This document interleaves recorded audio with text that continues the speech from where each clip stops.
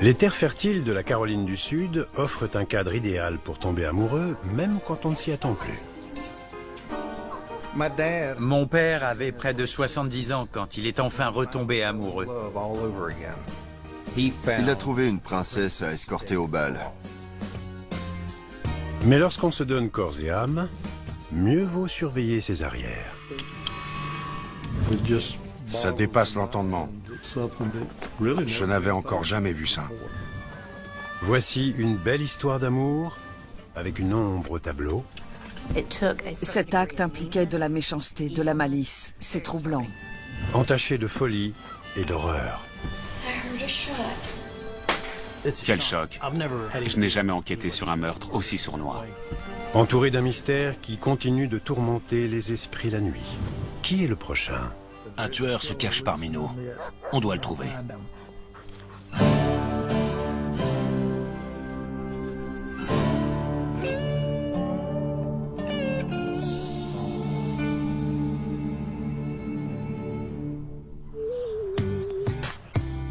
Au printemps 1999, dans la petite ville pittoresque de York, en Caroline du Sud, le passé et le présent cohabitent en parfaite harmonie. C'est une petite ville avec une rue principale, Main Street, où la plupart des gens se connaissent. Il règne à York un esprit communautaire comme on en trouve rarement. Les gens s'entraident. C'est le deuxième plus grand district historique en Caroline du Sud après Charleston. Il y a fait bon vivre. On a beau être à l'aube du XXIe siècle, tous les hommes n'ont pas encore perdu le sens de la galanterie. Bonjour mesdames. Comme le prouve Melvin Roberts. Tous les habitants de York connaissent ce fringant vieux monsieur aux cheveux blancs et au sourire communicatif. Melvin Roberts était un avocat réputé à York. Ce n'était pas un simple avocat. Il était le doyen des avocats de York. C'était un personnage haut en couleur. Il va sans dire que Melvin Roberts aurait pu s'installer dans n'importe quelle grande ville du pays. Mais il a préféré apporter sa contribution à cette ville qu'il aimait tant. Il avait son cabinet d'avocat, une agence immobilière et un point de vente automobile. Il pensait pouvoir œuvrer dans différents domaines. Alors, il a fait partie du conseil municipal pendant plusieurs années, puis il est devenu maire. Bonjour, comment allez-vous? Ravi de vous voir. Ces années d'expérience dans la fonction publique ont appris à Melvin Roberts qu'on ne peut pas satisfaire tout le monde. Ce dont il convient parfaitement. Mon père avait des idées très arrêtées. Il n'y allait pas par quatre chemins. Et il s'est fait des ennemis au fil du temps. Il a froissé quelques personnes et en a énervé plus d'une. C'était quelqu'un de direct. Il pouvait causer des soucis et créer des tensions parce qu'il était caustique. C'était dans sa nature. Melvin Roberts a 69 ans. Et son cabinet d'avocat et ses autres affaires prospèrent. Il ne manque qu'une chose dans sa vie, l'amour d'une femme. Mes parents sont restés mariés pendant environ 30 ans et ont divorcé au début des années 1980. Mon père se sentait très seul. Il voulait rencontrer une femme qui partagerait sa vie. En juillet 1999, le rêve de Melvin Roberts est enfin exaucé. Un partenaire commercial lui présente une belle femme du Sud répondant au doux nom de Julia Phillips. Enjouée et insolente, elle le séduit au premier abord. Elle était de Gaffney et avait affaire en ville. Elle était très belle, vive, drôle, de bonne compagnie. Julia était mariée avec un monsieur qui est décédé subitement avant qu'elle rencontre mon père. Elle devait avoir 9 ou 10 ans de moins que mon père et il semblait être un couple bien assorti. Très vite, Melvin Roberts et Julia Phillips ne se quittent plus. Ils partaient en voyage. Ils semblaient passer du bon temps. Et on était très contents pour eux. Au bout de 6 mois, elle s'est installée chez mon père. On l'invitait pour Thanksgiving, à Noël, à toutes les fêtes familiales. Elle est devenue un membre de la famille. Melvin Roberts est d'une générosité sans limite envers sa nouvelle compagne. Il lui offre même une affaire qu'ils appellent Julia's Inc. Les gens qui ont présenté Julia à mon père possédaient un bâtiment entièrement rénové, situé sur la rue principale de Gaffney, que mon père a acheté pour y installer Julia's Inc., qui comportait un salon de beauté et une boutique de prêt-à-porter féminin. Elle a compris qu'il lui offrait de quoi voir venir. Hunter. Le vieil homme est néanmoins plus réservé avec le fils de sa compagne, qui est âgé de 35 ans, Regarde qui est là. Hunter Stevens. Mon père a découvert qu'il avait un passé très chaotique. C'est quoi votre problème? Il avait été condamné pour vol d'identité et ce n'était pas quelqu'un de bien. Il a donc décidé de garder ses distances avec Hunter. Au revoir. Mon père prenait les décisions qui lui semblaient justes, un point c'est tout. Pourquoi tu ne l'aimes pas? Cette légère contrariété ne fait pas fuir la belle blonde pour autant. Le couple file le parfait amour pendant 10 ans. Mais un soir pluvieux du mois de février 2010, ces années de bonheur volent soudain en éclats.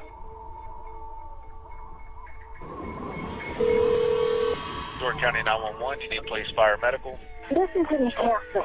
I've been robbed. Melvin came home and I couldn't sleep. I couldn't do anything. Please, hurry. Le 4 février 2010, vers 19h30, on a reçu un appel d'urgence de la maison de Melvin Roberts. Il provenait de Julia Phillips. Les agents dépêchés sur place s'attendaient à constater une effraction et un vol d'argent et de bijoux.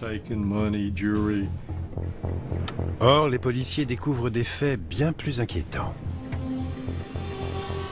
Quand les agents sont arrivés, Julia Phillips était dans sa voiture. Elle avait du ruban adhésif autour de la tête, des poignets et des chevilles. Je ne trouve pas Melvin. Julia Phillips explique aux policiers qu'un agresseur armé l'a attaquée et l'a immobilisée avec du ruban adhésif. Elle répétait sans arrêt « Où est Melvin ?» Elle ne trouvait pas Melvin. Un policier inspecte les lieux et trouve Melvin inanimé dans l'allée. Il était allongé sur le sol. Il présentait une blessure à l'oreille gauche, comme s'il avait été frappé avec un objet lourd. Il y avait un lien en plastique autour de son cou. L'agent a vérifié son pouls et n'a détecté aucun battement. Il a constaté son décès sur les lieux. Quelqu'un a passé un collier de serrage autour du cou de Melvin Roberts et l'a serré jusqu'à ce que mort s'en suive. Au lieu d'un simple cambriolage ou tentative de cambriolage, on avait affaire à un homicide. Je me suis impliqué personnellement parce que je connaissais Melvin depuis longtemps. Melvin ne méritait pas de finir sa vie comme ça. On a dit à Julia que Melvin était décédé et elle s'est mise à pleurer. La mort de Melvin Roberts plonge la ville entière dans la tristesse et l'effroi. Il semble qu'un être diabolique rôde à York. Ce sont les prémices d'un étrange mystère qui va ébranler cette paisible ville du Sud. Cette affaire a connu d'étranges rebondissements. Je me demandais que s'est-il vraiment passé.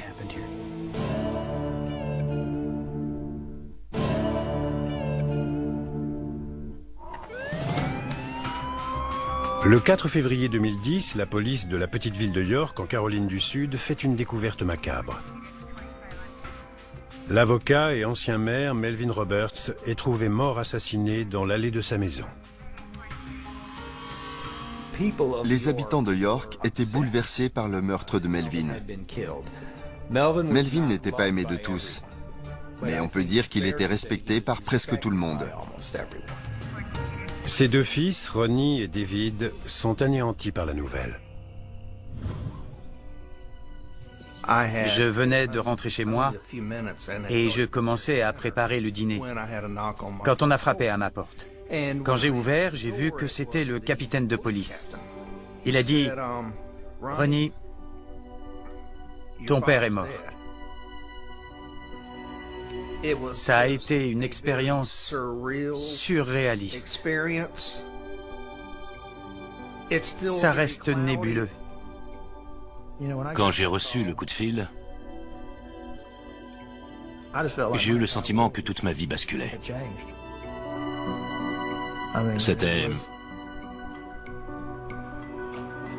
Tout d'abord, ça a été un choc. Je l'avais vu 2 heures avant. Je lui avais dit bonne nuit. Comment réagir alors qu'il rentrait chez lui quand on apprend 2 ou 3 heures après qu'il a été assassiné? Comment intégrer ça? C'est juste impossible. On n'arrive pas à se mettre ça dans le crâne. Et après, on se demande, qui a fait ça? On cherche à comprendre. Sur la scène de crime, les enquêteurs cherchent des indices et tentent de reconstituer ce qui est arrivé. La première question qu'on se pose face à ce crime est pourquoi? Ce genre de choses n'arrive pas dans la ville de York. La police trouve également Julia Phillips, la compagne de la victime, sur les lieux. Elle est vivante, couverte de rubans adhésifs, mais indemne. Il y avait certainement des choses qu'elle avait oubliées ou qu'elle ne pouvait expliquer. Mais elle a coopéré pour nous aider du mieux qu'elle pouvait. La police emmène Julia Phillips au poste pour recueillir son témoignage.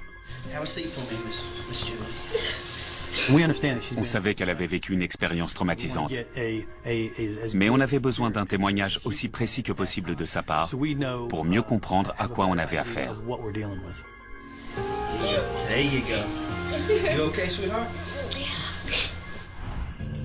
Julia Phillips commence par raconter qu'elle rentrait du supermarché vers 18h45. Il pleuvait par intermittence. Elle déchargeait ses courses de la voiture quand un inconnu est arrivé derrière elle et a mis sa main sur son visage. He kept saying, money, money. I told him he could have all the money that I had. And then he taped up my eyes, my mouth, put my hands together. Julia a expliqué qu'elle a été traînée derrière un muret en briques au bout de l'allée. Elle a dit qu'elle était couchée dans la boue. I really truly thought that he took me there to rape me or something like that. That's what he wanted. And about that time, I could see the car lights.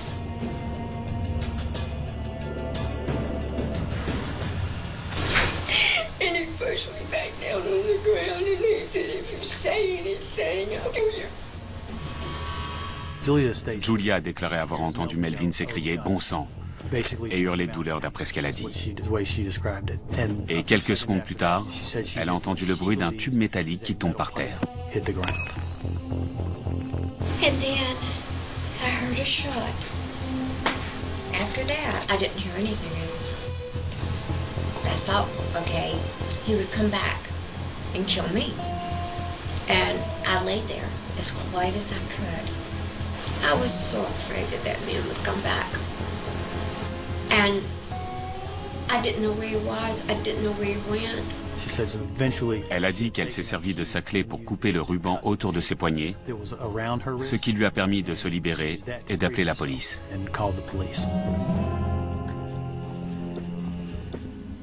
Quand Julia Phillips est priée de décrire son agresseur, elle est incapable de fournir des informations précises. Quand elle a appelé les urgences, elle a parlé d'un homme noir. Plus tard, elle a dit qu'il était hispano.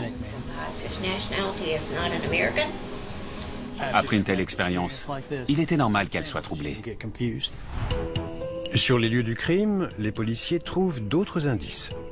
Le coup de feu a frôlé sa nuque. La balle a heurté le béton et a volé en éclats.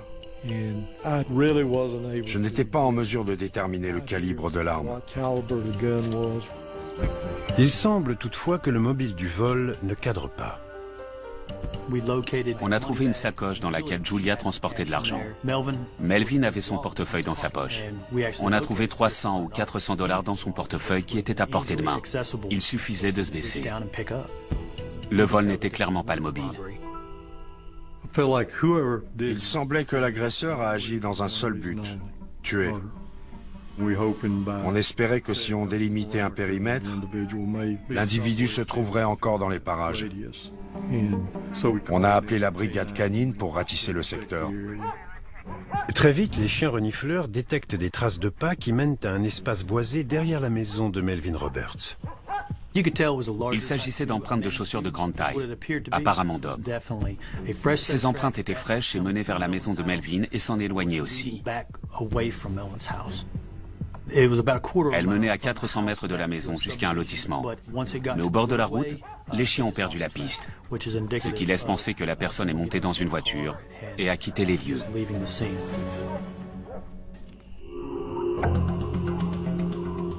De retour au poste de police, les enquêteurs s'interrogent. Quelqu'un n'aimait pas Melvin. Le connaissait-il? Était-ce un ancien client? Était-ce quelqu'un avec qui il s'était disputé? Il s'agissait peut-être d'un détenu récemment libéré ou d'une personne qui lui gardait rancune. Melvin Roberts avait beau être un bon avocat, il n'avait pas pu tirer tous ses clients d'affaires. Quand on exerce pendant 55 ans, on se fait forcément des ennemis. Il possédait plusieurs immeubles et appartements qu'il louait. Il a dû faire des expropriations et expulser des locataires. Il est possible que des personnes lui en voulaient. Il vendait des voitures d'occasion et je sais qu'il a dû en saisir quelques-unes. Tous les cas de figure étaient envisageables.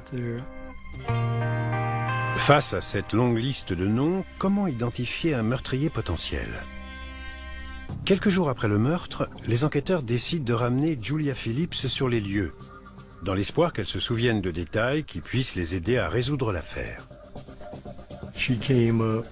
Elle est venue rejoindre les agents pour réaliser une reconstitution.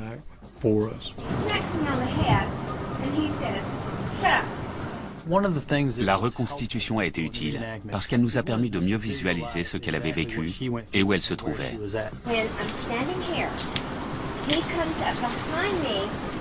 La reconstitution et une nouvelle fouille de la propriété n'apportent aucun élément nouveau. On n'a pas trouvé d'autres éléments de preuve. On a envoyé des agents voir les voisins proches et les autres habitants de la rue. Fidèles à l'état d'esprit du Sud, où l'on se targue de veiller sur son prochain, les habitants de York se perdent en conjectures. Les voisins en profitent pour rapporter des comportements suspects. Un témoin déclare avoir vu une voiture inconnue entrer et sortir de l'allée de Melvin Roberts. Un autre dit avoir vu un van avec des hommes d'origine hispanique aller et venir devant le parc automobile de Melvin Roberts le jour du meurtre. C'était une information très vague qui ne menait à rien de concret. Le nombre d'incohérences était incroyable. 4 jours après le meurtre, Julia Phillips et la famille Roberts se réunissent pour accompagner leurs proches dans sa dernière demeure. Les gens nous arrêtaient sans arrêt pour demander où en était l'enquête et nous présenter leurs condoléances pour notre perte. Ça nous rappelait que ce n'était pas seulement une perte pour nous, mais que la communauté entière avait perdu un homme exceptionnel. Melvin Roberts, le plus ancien avocat du barreau de Caroline du Sud et personnage emblématique de la ville de York, est enterré à l'âge de 79 ans. Cet homme, qui espérait vivre jusqu'à 100 ans, n'a pas pu finir ses jours paisiblement. Unité 1, Lincoln Adam 2. C'était un assassinat violent et brutal. La police pensait que M. Roberts était ciblé directement. Il ne s'agissait pas d'une agression fortuite, ni d'une affaire de drogue ou autre qui aurait mal tourné. On pensait que si on trouvait le vrai mobile du crime, on pourrait résoudre cette affaire facilement. Les enquêteurs se réfèrent alors au fils de la victime. On nous a fourni une liste d'une 50aine de personnes qui s'étaient disputées avec mon père ou qui étaient en désaccord avec lui. Quand les policiers ont vent d'une locataire mécontente, ils pensent être sur le point d'avoir résolu l'affaire. Les fils nous ont parlé d'une altercation entre Melvin et une de ses locataires. Elle était en surpoids et vivait dans un vieil immeuble. Il a insinué que son excès de poids était à l'origine de la dégradation du sol autour de l'évier de l'appartement. Tout d'abord, la piste ne semble pas très solide. Mais lorsque les enquêteurs interrogent la locataire, ils reportent leur attention sur son mari. Son mari correspondait à la description donnée par Julia. Il avait la pommade, un accent. Je me suis dit que c'était une piste et qu'il pouvait être notre suspect. Je le voyais bien aller chez Melvin pour le confronter. Melvin avait du répondant. Il ne se défilait pas. Il aurait très bien pu s'énerver et passer à l'action. L'avez-vous tué ou l'avez-vous fait tuer? Les enquêteurs posent des questions précises au couple qui nie catégoriquement être impliqué dans l'affaire. De plus, le mari prétend qu'il travaillait à Charlotte, en Caroline du Nord, le jour du meurtre. Je travaillais ce jour-là. Je travaillais. J'ai contacté son entreprise qui m'a fourni sa carte de pointage et a confirmé qu'il travaillait au moment du meurtre. Retour à la case départ. Les policiers ne mettent pas longtemps à trouver un autre suspect. Il s'agit cette fois d'un homme à tout faire appelé John. Il faisait régulièrement des petits travaux pour Melvin.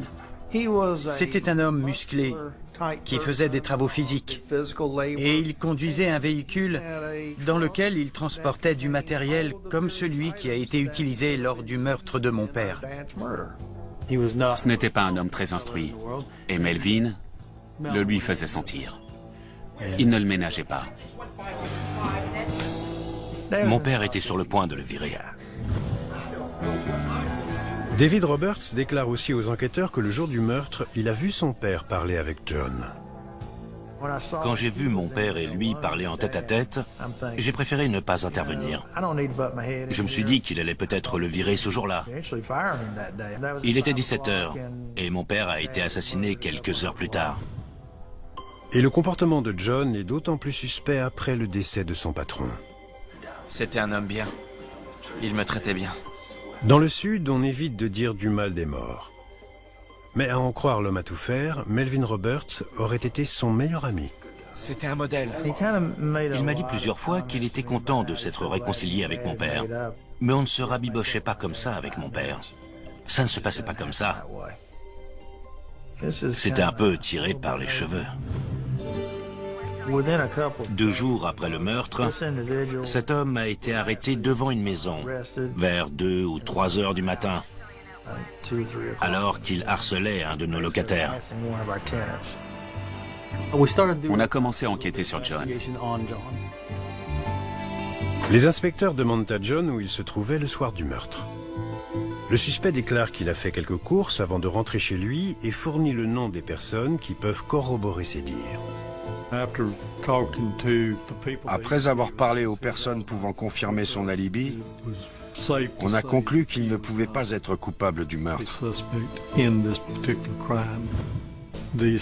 La liste des suspects se réduisait et aucun ne se démarquait. Ça devenait très frustrant à force. Les semaines passent et la police n'a toujours pas trouvé de mobile ni de suspect dans l'affaire de Melvin Roberts. Les inspecteurs réexaminent le dossier. Un détail leur aurait-il échappé? Quand on examinait tous les éléments recueillis, rien ne concordait. C'est alors qu'ils remarquent un curieux élément qui les conduit à concevoir une théorie inquiétante. Les apparences étaient trompeuses. Le masque allait finir par tomber.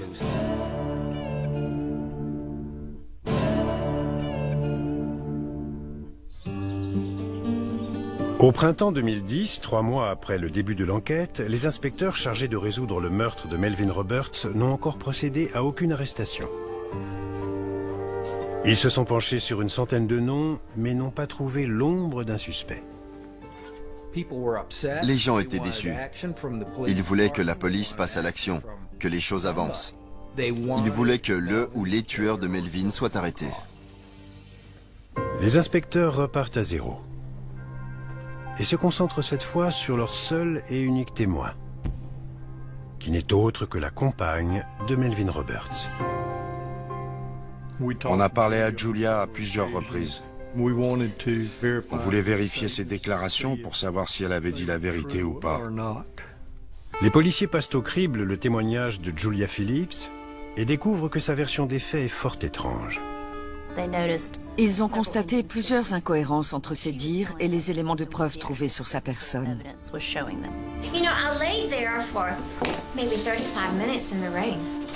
La victime a déclaré plusieurs fois que le tueur l'a laissée dans la boue pendant un moment.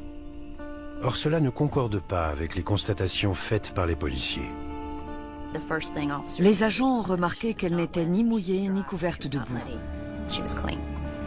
Il était donc évident qu'elle tenait des propos contradictoires. Et un examen approfondi du ruban adhésif trouvé sur Julia Phillips soulève d'autres questions.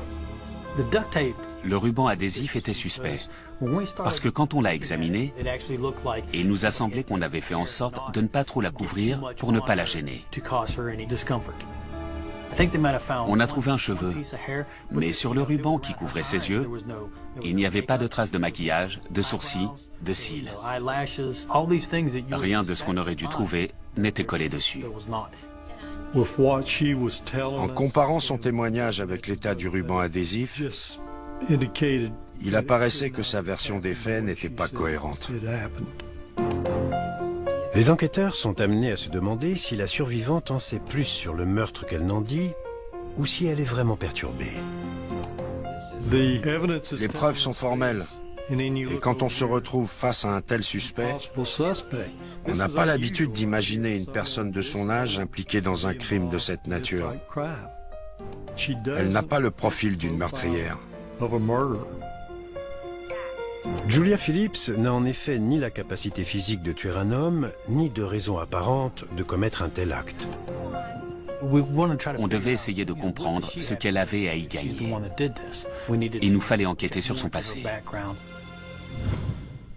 Il commence par s'intéresser à sa boutique située dans la ville voisine de Gaffney. Il en ressort qu'elle n'avait pas le même sens des affaires que Melvin Roberts. Sa boutique, qui au départ proposait de beaux articles, était devenue une friperie. On a étudié ses comptes, qui étaient quasiment à sec. Elle était même endettée. Les enquêteurs ne tardent pas à découvrir ce qu'elle faisait de l'argent qu'elle gagnait. On a découvert qu'elle avait une addiction aux médicaments qui lui coûtaient cher. Les policiers ont aussi appris qu'elle achetait des antalgiques à des dealers grâce au témoignage d'une personne qui travaillait dans sa boutique et qui l'a vu prendre de l'argent dans sa caisse et le donner à son fils pour qu'il achète ses cachets. Julia nous a caché des choses. Les fils de Melvin Roberts expliquent à la police que leur père était au courant de l'addiction de sa compagne et qu'il avait essayé de l'aider. Il l'a envoyée en cure de désintoxication et elle semblait aller mieux, mais ça n'a pas duré. Melvin Roberts était un homme généreux. Julia, j'ai trouvé ça dans le tiroir de ta coiffeuse. Mais peu avant qu'il soit assassiné, selon les dires de ses fils, il semblait avoir perdu patience. Melvin, je t'en prie. Cette mascarade est terminée. Melvin! Il a fini par dire « Je n'ai pas confiance en elle, je veux la quitter. » Je n'ai pris qu'un cachet pour mon dos, j'avais très mal au dos. Cessez de m'embobiner. Oh, Melvin!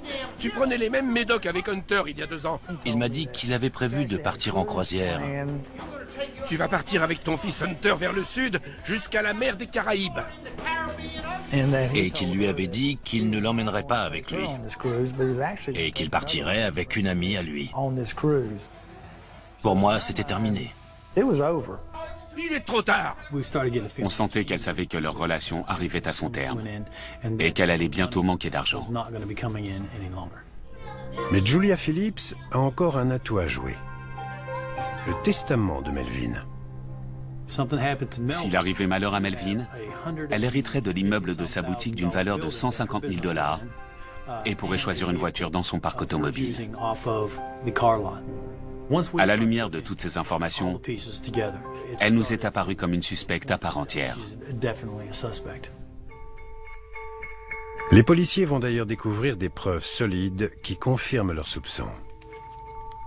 La police a récupéré les vêtements que portait Madame Phillips le soir du meurtre et, conformément au protocole, les a envoyés au laboratoire de police scientifique qui a détecté des résidus de poudre sur les 2 manches de son maillot et quelques traces sur le débardeur qu'elle portait par-dessus. Quand on décèle des résidus de poudre sur un vêtement, ça veut dire qu'il se trouvait à portée de l'arme faisant feu, jusqu'à 2,50 m ou 3 mètres. Julia a prétendu se trouver derrière un muret en briques situé à une vingtaine de mètres du corps de M. Roberts. Si cela avait été le cas, on n'aurait pas dû trouver de résidus de poudre sur elle ni ses vêtements. La police détient la preuve de son implication. Le 18 mai 2010, Julia Phillips est arrêtée pour meurtre et embarquée menottes au poing. À l'annonce de cette nouvelle, les habitants de York tombent des nues. Les membres de la communauté de York ont toujours perçu Julia Phillips comme étant l'âme sœur de Melvin Roberts. Mais le masque de celle qu'il prenait pour une femme adorable a fini par tomber. Ça a causé un grand émoi. J'avais quand même du mal à croire qu'elle pouvait être impliquée dans cette affaire. La police a tout de suite admis qu'elle n'avait pas pu agir seule. Elle pensait qu'elle avait tout planifié et tout mis en scène. Et qu'une ou plusieurs personnes l'ont aidé à tuer Melvin Roberts. Il est fort improbable qu'une femme aussi frêle ait pu maîtriser et étrangler un homme aussi fort que Melvin Roberts, malgré son grand âge. Personne ne croyait que cette femme mesurant 1,52 m et pesant 52 kg ait été capable toute seule de le faire tomber ou de l'assommer, de lui tirer dessus, puis de serrer le collier de serrage aussi fort autour de son cou. Sans compter les traces de pas autour de la maison de la victime.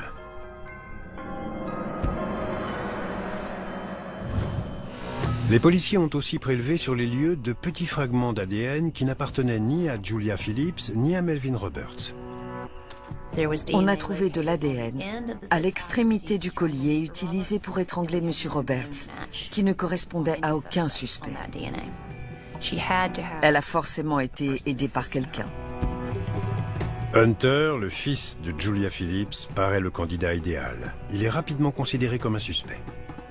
Julia était proche de son fils Hunter. Il passait quasiment tous les jours à la boutique avant le meurtre de M. Roberts, et aussi les jours qui ont suivi.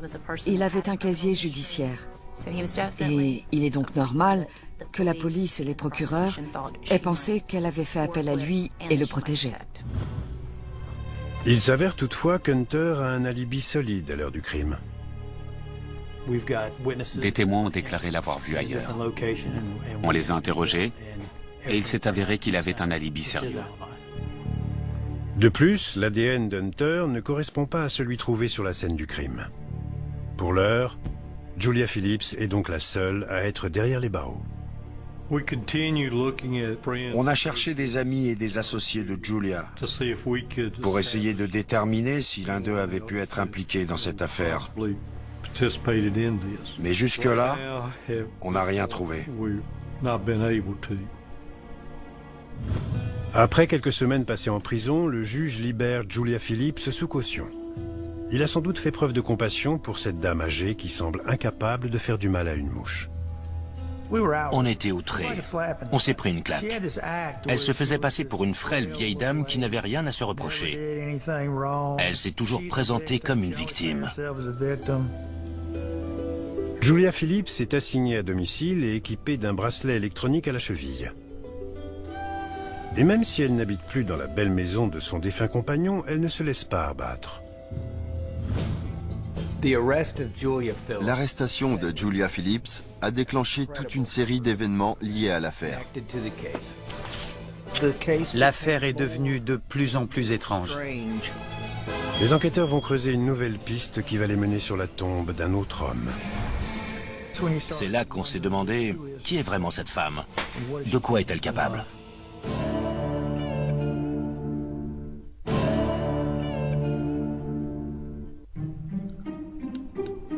Durant l'été 2010, Julia Phillips est libérée sous caution et assignée à résidence alors qu'elle est accusée du meurtre de son compagnon, Melvin Roberts. Le juge chargé de l'affaire a réclamé à Julia une caution peu élevée et l'a assignée à résidence avec une surveillance électronique. Et ça m'a fait bondir au plafond.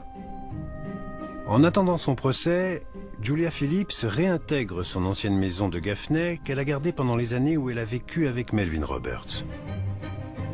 Elle avait l'usufruit de la maison de son mari précédent, M. Phillips.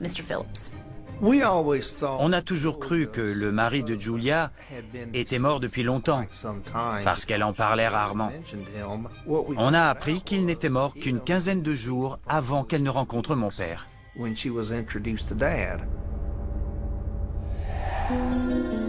Il va sans dire que les enfants de feu M. Phillips n'apprécient guère qu'une meurtrière présumée habite la maison de leur père.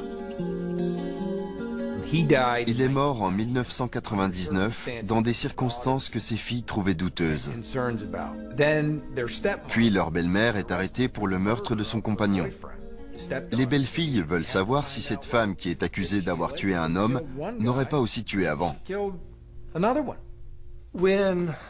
Quand les belles-filles de Julia nous ont fait part de leurs soupçons, on n'avait aucune raison de ne pas les croire. Et le coroner semblait du même avis, car il a demandé l'exhumation du corps de leur père pour procéder à une autopsie complète. Les résultats de l'autopsie n'ont pas été divulgués car l'enquête se poursuit.